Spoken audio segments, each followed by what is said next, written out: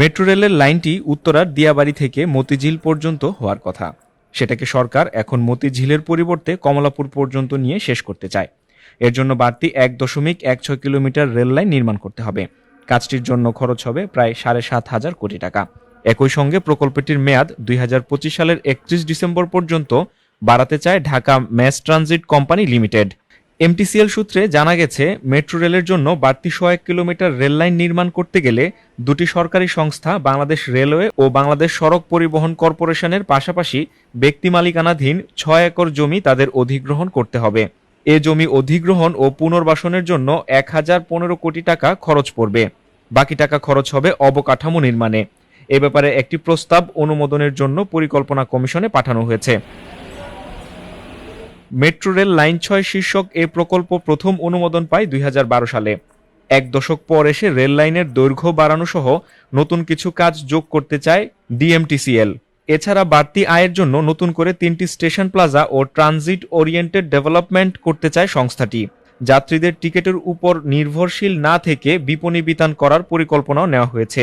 DMTCL এর প্রস্তাব পাশ হলে মেট্রো রেলের দৈর্ঘ্য দাঁড়াবে ২১.১৬ কিলোমিটার। বাড়তি এসব কাজ যুক্ত করায় প্রকল্পের ব্যয় ২১,৯৮৫ কোটি টাকা থেকে বেড়ে ১,৩৩,৪৭১ কোটি টাকায় উন্নীত হবে।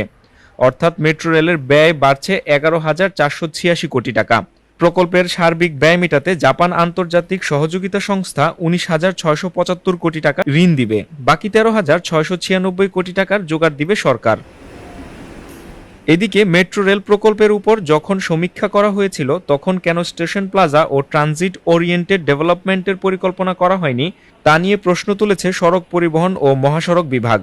একই সঙ্গে জমি অধিগ্রহণ বাবদ কেন এত টাকা খরচ হচ্ছে সেটি নিয়ে প্রশ্ন রয়েছে সড়ক পরিবহন বিভাগের।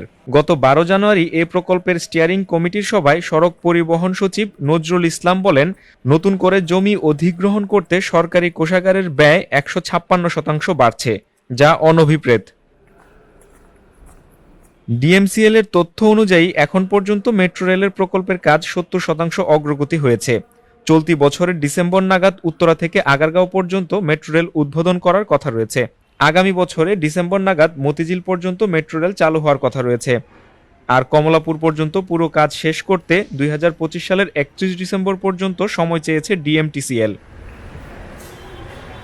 ডিএমটিসিএল এর ব্যবস্থাপনা পরিচালক এম.এ.এন. সিদ্দিক গণমাধ্যমকে জানান, মেট্রো রেল প্রকল্পের শুরু থেকেই কমলাপুর পর্যন্ত রেললাইন করার চিন্তা ছিল, কিন্তু রুট নির্ধারণ না হয় তখন করা যায়নি। এখন রুট নির্ধারণ হয়ে গেছে। তিনি আরও বলেন, জমি অধিগ্রহণে ১,০০০ কোটি টাকা খরচ হবে, কারণ সেখানে ব্যক্তিগত জমি আছে, স্থাপনাও আছে।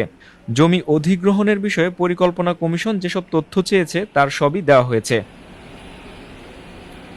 নাজিবুর রহমান নাইম, প্রতিদিনের সংবাদ।